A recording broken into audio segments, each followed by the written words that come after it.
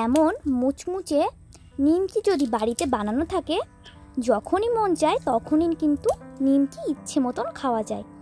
নিমকি বানানোর জন্য আমি এখানে 3 কাপ ময়দা নিয়েছি। আমি এখানে 4 কাপ মেপে ময়দাটা নিয়েছি, আর দিয়ে দিয়েছি সামান্য পরিমাণে লবণ আর 1.5 চামচ গুঁড়ো চিনি, আর এখানে দিয়ে দেব 1/2 চামচ কালো জিরে।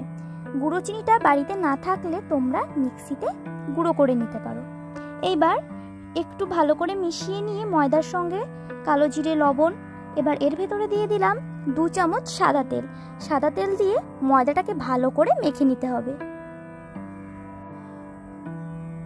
যখন ময়দাটা মাখতে মাখতে এমন দলার মতন হবে, তখন এর ভেতরে অল্প অল্প জল দিয়ে একটা ডো তৈরি করে নিতে হবে। একবারে বেশি জল দিলে চলবে না, অল্প অল্প জল দিয়ে একটা ডো বানিয়ে নেব। ডোটা বানানো হয়ে গেছে। এখন এই ডোটাকে 15 মিনিট মতো ঢেকে রেখে দেব।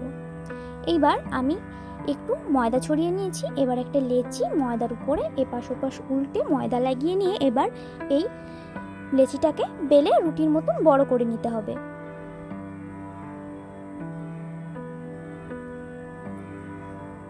আমি বড় করে একটা রুটির মতন বেলে নিয়েছি। এবার একটা চাকু দিয়ে নিমকির মতন কেটে নেব। প্রথমে আমি লম্বা লম্বা করে রুটিটাকে কেটে নেব।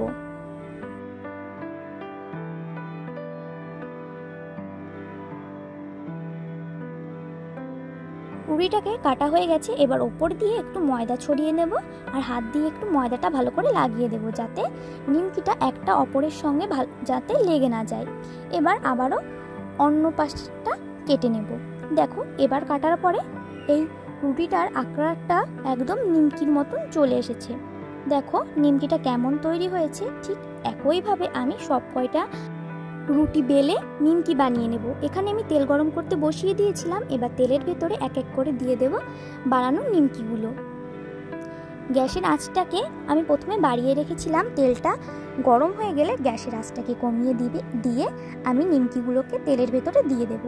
এবার আস্তে আস্তে নাড়াচাড়া করতে করতে নিমকিগুলোকে ভেজে নিতে হবে।